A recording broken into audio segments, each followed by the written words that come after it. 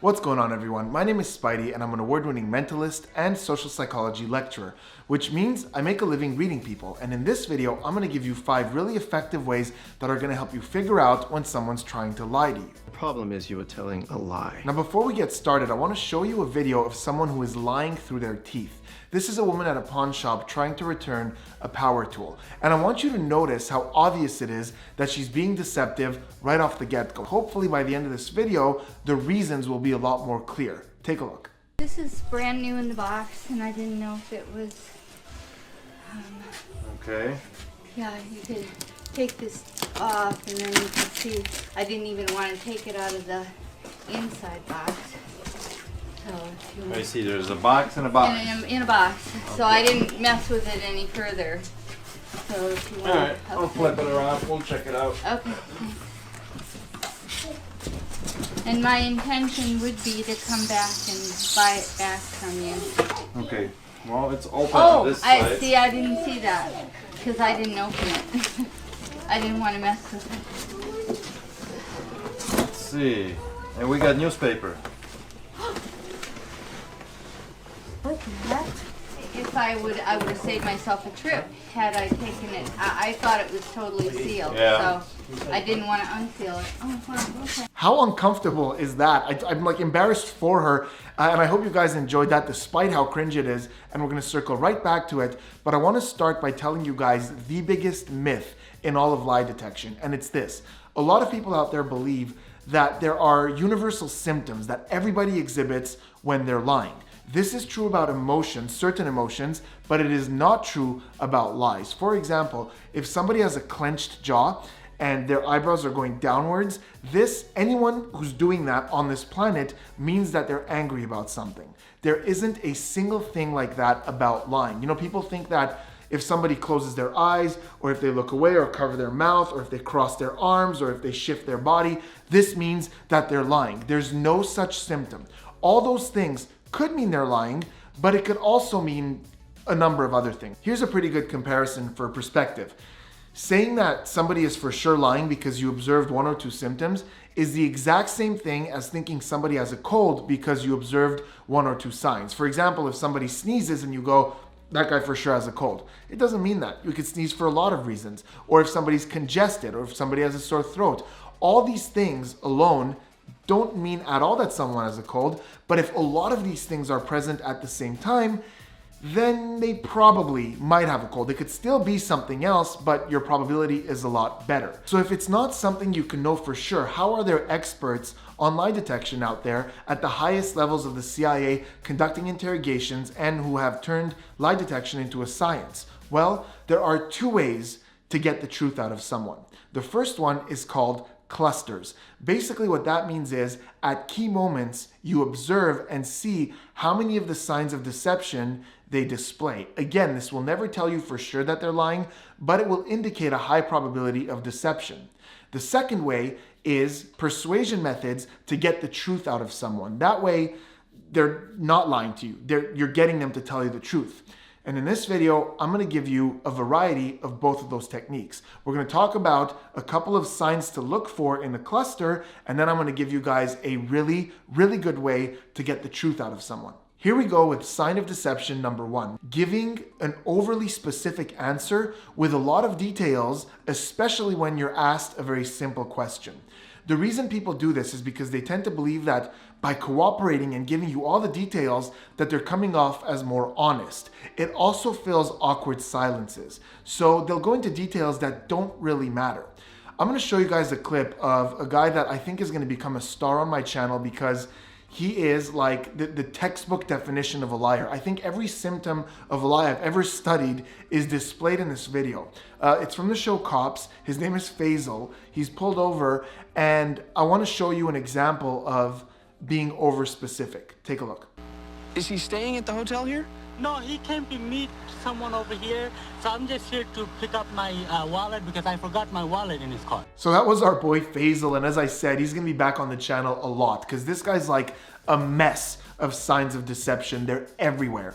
And by the way, I'll leave all the full videos of the clips I'm using in the description if you want to see the full thing, but this guy will be back for sure. But let's take a look at the question that was asked. He was asked, is your friend staying at this hotel? The answer to that question is a yes or a no.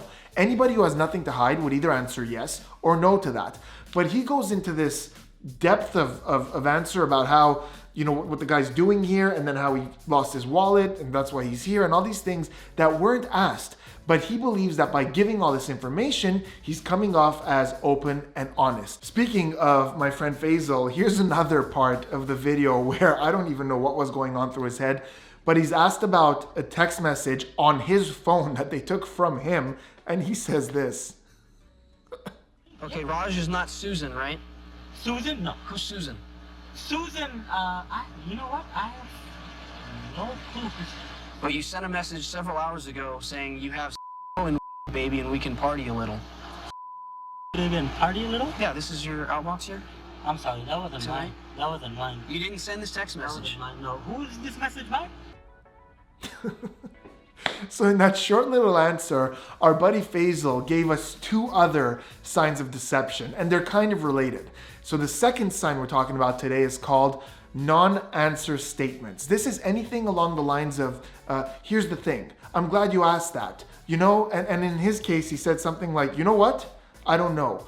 This is basically a very simple and primitive way to buy time for yourself to think of another answer, which brings us to the third sign of deception, which is repetition, repetition, repetition. The police asked him, who's Susan? And he said, Susan? Like he just repeated the question. These were both tactics for him to buy himself time to come up with an answer. Unfortunately, he failed miserably at coming up with something. So that gave us two signs of deception in one short statement. It was like a lie detection sandwich. No, not a sandwich, that's three. It was like a lie detection pizza. But non-answer statements and repetition should not be confused for hesitation. Hesitation is not a reliable sign of lying, because sometimes you actually need to think about the answer. I guess it depends on the question. If you say to someone, is this your house? And they hesitate, that could be deception. But if you say, what were you doing last Wednesday? It's very normal that somebody would need time to think about that.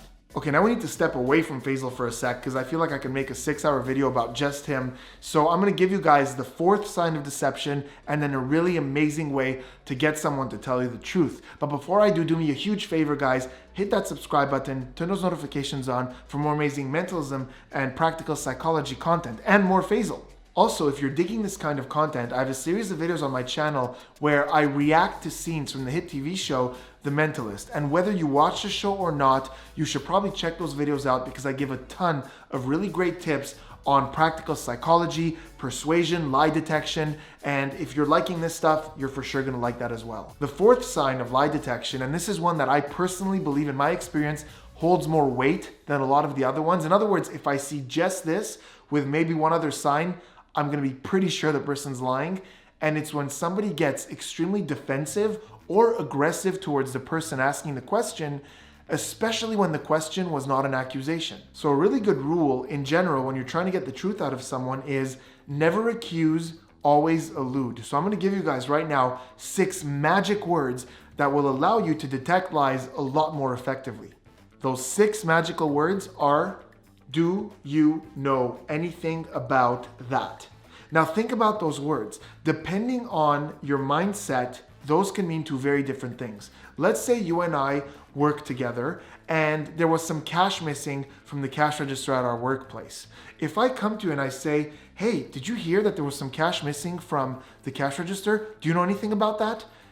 Now, look at how you would interpret this depending on how guilty you are. If you're innocent, I'm basically asking you if you heard about this. Do you know anything about that? And your reaction would not be to get defensive. You'd be like, oh my God, I didn't know about that. What's going on? How do you know? You would ask more questions and try to find more out. But if you are guilty, you're going to interpret that question as an accusation. By me saying, do you know anything about that? You'll think I'm saying, hey, what do you know about that? And your answer will be either very defensive in saying something like, well, I don't know anything about why would I know anything about that? I wasn't even working yesterday. So you're going to defend yourself, or you're going to get aggressive towards a person asking, why would you ask me? You think it's me? You think I would do something like that? Let's take a look at one of my favorite examples of this right now. So in 2007, there was a competition on TV for magicians and mentalists called Phenomenon.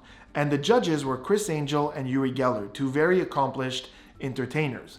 And there was a guy on the show by the name of Jim Callahan who pretended that he could speak to a spirit by the name of Raymond. Now, Criss Angel has gone publicly multiple times saying that he hates it when mentalists claim that they have actual supernatural abilities. And I completely agree with him, so bravo for that. Now, take a look at what happened when he had to judge the act. I have 2 envelopes here. I will give you $1 million of my personal money right now if either one of you can tell me specific details of what's... Now, don't tell me about the energy or that it's not the right time. Man, I'll but tell just you tell me what what's in here right now. Tell me right now what's in the envelope. I find you an ideological bigot. That's what I find. What's in the envelope You right now. claim... Tell me what's in the envelope. Tell me what's in the envelope. Don't give me all this bullshit. Tell me what's in the envelope. You do not believe. Tell me what's in the envelope. Oh, blah, blah, blah, blah, blah, blah, blah. Tell me what's in the envelope. Right here. Guys. Why don't you tell me the details of what are inside this envelope? Now, if you were innocent, you would take that as a question. If you really believe you could talk to spirits, you would say, yeah, sure, let me give it a shot. I'd love to. He's offering you $1 million. But because this guy had guilty lenses on, he immediately got extremely condescending. He didn't answer the question at all. He avoided it at all costs. He got extremely defensive, and it was just so obvious that Criss Angel nailed it. The guy does not really speak to spirits. If you guys are interested in learning more signs of deception like this that allow you to make more reliable clusters and know when people are lying to you, let me know in the comments that you'd want more videos like this and I'll work on them. But I cannot recommend any resource more than a book called Spy the Lie. This is the most incredible book when it comes to learning the signs of deception. I finished this thing in 2 days when I first got it, and it has insanely good information there. It's written by 3 ex-CIA interrogators, and they are the best in the world at what they do, and this book is a gem. I will leave a link in the description to where you can get this delivered right to your door, but again, highly, highly recommended. The 5th tip to get to the truth is not a sign of deception, but a really powerful persuasion technique to get someone to just tell you the truth. And it's called the boomerang technique. Now, the boomerang technique is most often used in sales, and you can Google boomerang technique in sales and learn what it is, but in this case, we're applying it to a lie. And basically, all it means is we are flipping around the intention of the lie. Most people lie because they believe that the truth makes them look bad. And with this technique, you basically just flip that around and make it seem like the truth actually makes them look good. So let's say you're interviewing somebody at your place of work and you feel like they lied on their CV or their application. Instead of saying, so did you lie or is this all true? Here's the way you can ask. You say, look, I totally get it. We all embellish our CVs a little. It shows great determination, drive, and willingness to succeed. I just need to know, where did you exaggerate the most? So look at the perspective shift. That's what's called the boomerang. You're literally flipping it on its head because now the person's thinking, yeah, I'm determined, I'm driven. Yeah, I totally lied about that because I wanted the job. So you're making it seem like a good thing. Or let's say you're a parent and your kid came back from a party and you suspect that there was some substances there that you're not okay with and he hasn't told you anything. Well, instead of saying, what did you do? What drugs were there? You instead say something like, look, I totally get it. You want to let loose, you want to relax, you want to experiment, you're young, you want to have a good time with your friends. I can't blame you. You should have a good time with your friends. I just want to know what kinds of stuff was there. 2 things with the boomerang technique. 1, if it works and you get that confession, don't suddenly turn the script and be like, I knew it. I knew you lied. I knew you did drugs. Because then the person's going to totally regret having told you the truth. You have to respond delicately to that confession. That's always a good rule in this kind of interrogation. The second thing is the boomerang technique is really, really versatile. It could be applied with a bit of creativity to pretty much any situation. Let me know in the comments of a situation where you could see yourself using this in your day-to-day life or at some point in your life. And if there's a situation you're curious about, also ask me in the comments and I'll tell you how you can boomerang that up. And now we end where it all began with the lady in the pawn shop, which to be honest also has a ton of signs of deception. But I want to focus on the ones that we talked about in this video. And for me, it comes down to a sentence that she repeats 2 or 3 times. And the line that she repeats multiple times is when she says, I didn't want to mess with it any further. And then she later says, oh, see, I didn't see that because I never opened it. That hits a lot of the signs we said today. First of all, that is overly specific. He didn't ask if she opened it. He didn't ask anything like that. He just wants to know what the thing is. Her volunteering that information, I didn't mess with it, is an attempt for her to come off as like transparent and open and honest. But in fact, to me, it has the exact opposite effect, because why would she have opened it? Nobody said you opened it. Like, why are you volunteering this information? Sounds a little suspicious. There's also a line right in the beginning of what she says, and you can go listen to it. It's right as she puts it on the counter. She goes, I didn't know if it was, and then she stops talking.